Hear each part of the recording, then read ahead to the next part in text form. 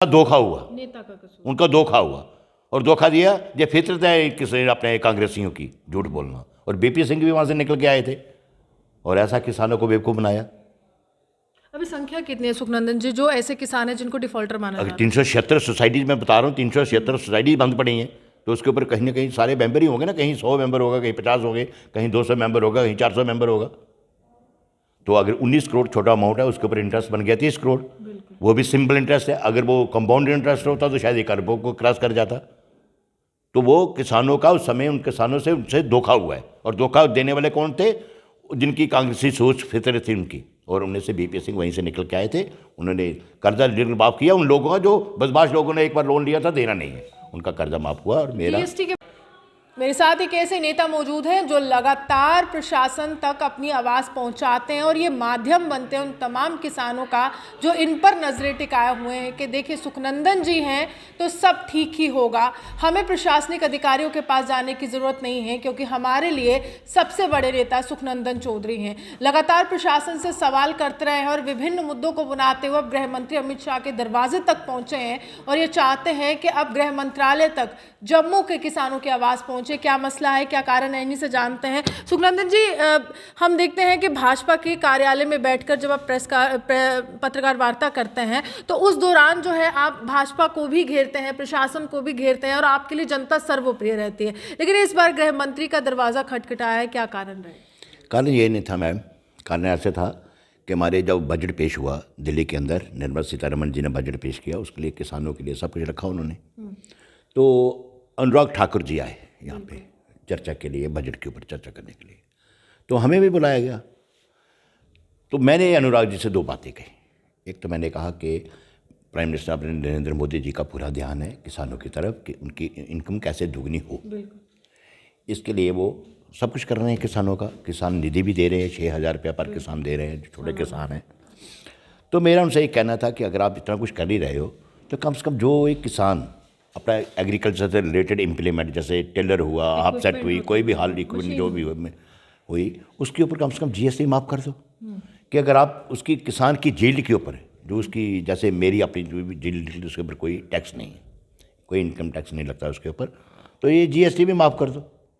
ये खाली जम्मू के किसानों का मुद्दा नहीं है, तो पूरे हिंदुस्तान के किसानों का मुद्दा है, पूरे देश का है। दूसरा मेरा इशू था, अमित शाह जी का पूरा ध्यान है कोऑपरेटिव को रिवाइव किया जाए।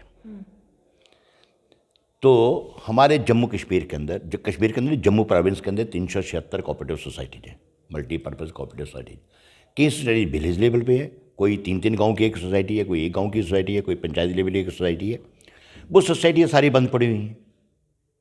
तो मेरा अनुराग ठाकुर जी से ये कहना था कि इन सोसाइटियों को रिवाइव किया जाए। उन्होंने बोला आप दिल्ली आ जाओ, कैसे रिवाइव हो सकती, क्या नहीं हो सकती। मैं दिल्ली चला गया और मैं पूरा इशू जो बना के लेके गया, यहाँ सारा जीएसटी वाला भी और ये किसानों वाला, जो 376 सोसाइटी हैं, उसका जो अमाउंट है जो किसानों ने देना है उस समय का, जो बंद पड़ा हुआ है 87 का, जो पेंडिंग है, 87 का पेंडिंग पड़ा हुआ है, जिसकी वजह से आज सोसाइटियाँ बंद हैं। यानी 376 सोसाइटीज, उनमें से कुछ चलती होगी 5-6-7 कोई, बाकी सारी बंद पड़ी हुई हैं। उसका कारण क्या? उसका एक ही कारण है कि बीपी सिंह ने जब कांग्रेस छोड़ी तो उन्होंने एक नारा दिया कि अगर मैं प्राइम मिनिस्टर बना तो मैं कर्जे माफ़ करूंगा। 10,000 रुपये तक अमाउंट भी लिखा उन्होंने कि 10,000 तक कर्जे किसानों के माफ़ करेंगे। यानी वोट बैंक की राजनीति वहां पर भी शुरू वहाँ भी आई। तो बढ़ चढ़ के लोगों ने वोट भी दिए उसको, जनता पार्टी बनाई थी शायद उन्होंने, वोट भी दिए किसानों ने। तो वो प्राइम मिनिस्टर भी बन गए मार्च 89 में, और कर्जे भी माफ़ किए। लेकिन कर्जे कब कहाँ माफ़ किए उन्होंने?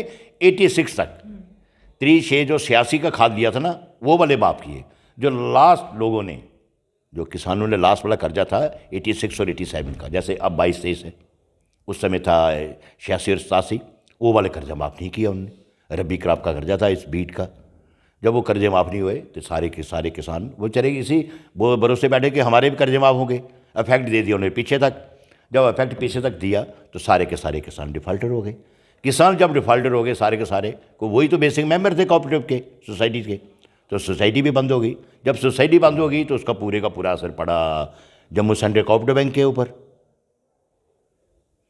तो अब इनका पूरा ध्यान है अमित शाह जी का कि कोऑपरेटिव को रिवाइव किया जाए। रिवाइव करने का उनका ये कहना है कि हर चीज़ किसान के घर तक पहुंचे, सीधा सीधा घर तक पहुंचे, जैसे पहले पहुंचती थी। आज से 40 साल पहले पहुंचती थी, खाद उनके घर तक पहुंचता था। जैसे मेरे गांव की सोसाइटी है, मेरे गांव में खाद भी आता था, बीज भी आता था, सब चीज़ें जो सोसाइटी के थ्रू आती थी किसान से रिलेटेड जो थी, तो वो सारी की सारी बंद हो गई। तो मेरा उनसे यही कहना है कि अगर आप कोऑपरेटिव को रिवाइव करना चाहते हो, क्यों ना, ऑलरेडी सोसाइटियाँ बनी हुई हैं, लोग भी वहाँ पर है, लोग भी वहाँ पर हैं, वही लेकिन एक सवाल है कि जो डिफॉल्टर है अब वो कैसे, वो रिवाइवल में कैसे आए? नहीं, वो तो आएंगे, कर्जा माफ़ हो जाएगा। तो मेरा उनसे यही कहना था कि आप उनके पिछला कर्जा, छोटा सा अमाउंट है 19 करोड़, कोई बड़ा अमाउंट नहीं है, सेंट्रल गवर्नमेंट के लिए बड़ा अमाउंट नहीं है। वो वही उन किसानों का कसूर नहीं है, उनके साथ धोखा हुआ, नेता का कसूर, उनका धोखा हुआ, और धोखा दिया। ये फितरत है किसी अपने कांग्रेसियों की, झूठ बोलना। और बीपी सिंह भी वहाँ से निकल के आए थे और ऐसा किसानों को बेवकूफ़ बनाया। अभी संख्या कितनी है सुखनंदन जी जो ऐसे किसान हैं जिनको डिफॉल्टर माना अगर जा रहा 376 सोसाइटीज में बता रहा हूँ, 376 सोसाइटी बंद पड़ी हैं, तो उसके ऊपर कहीं ना कहीं सारे मेंबर ही होंगे ना, कहीं 100 मेंबर होगा, कहीं 50 होंगे, कहीं 200 मेंबर होगा, कहीं 400 मेंबर होगा। तो अगर 19 करोड़ छोटा अमाउंट है, उसके ऊपर इंटरेस्ट बन गया 30 करोड़, वो भी सिंपल इंटरेस्ट है। अगर वो कंपाउंड इंटरेस्ट होता तो शायद 1 अरब को क्रॉस कर जाता। तो वो किसानों का उस समय उन किसानों से उनसे धोखा हुआ है, और धोखा देने वाले कौन थे?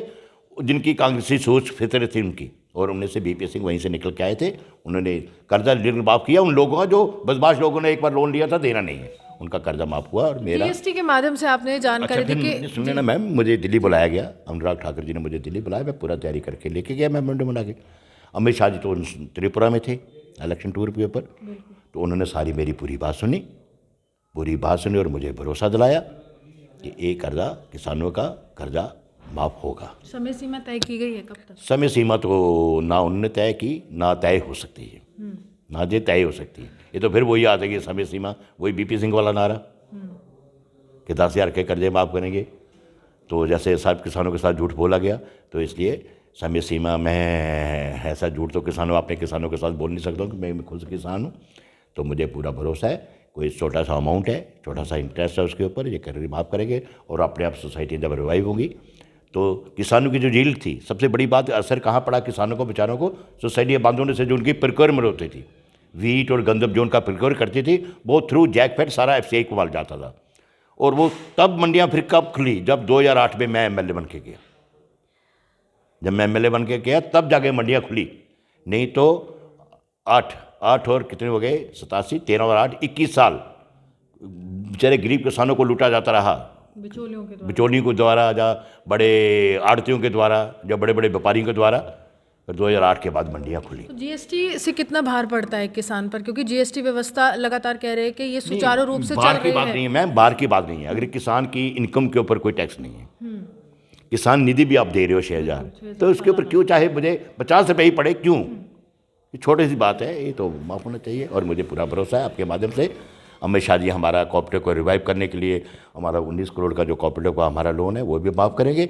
और मैडम निर्मला सीतारमण जी के ऊपर भी भरोसा है कि किसानों की, खासकर अपने नरेंद्र जी मोदी के ऊपर हमें भरोसा है। वो एक छोटी सी बात है, GST, ये भी किसानों के इम्प्लीमेंट के ऊपर, इक्विपमेंट के ऊपर GST माफ़ करेंगे। देखिए, साफ तौर पर जीएसटी माफ़ करेंगे ऐसी उम्मीद है, क्योंकि खुद गृह मंत्री तक पहुंचे और केंद्रीय मंत्री अनुराग ठाकुर से जम्मू में बातचीत हुई है, दिल्ली में भी बातचीत हुई है, और यही एक आश्वासन मिला है कि हम जम्मू कश्मीर के, जम्मू के जो किसानों के साथ, और सुखनंदन जी ने आवाज़ तमाम किसानों की वहाँ तक पहुँचाई है। आप यहाँ हमारे साथ बने, देखते हुए स्टूडियो जम्मू से की रिपोर्ट।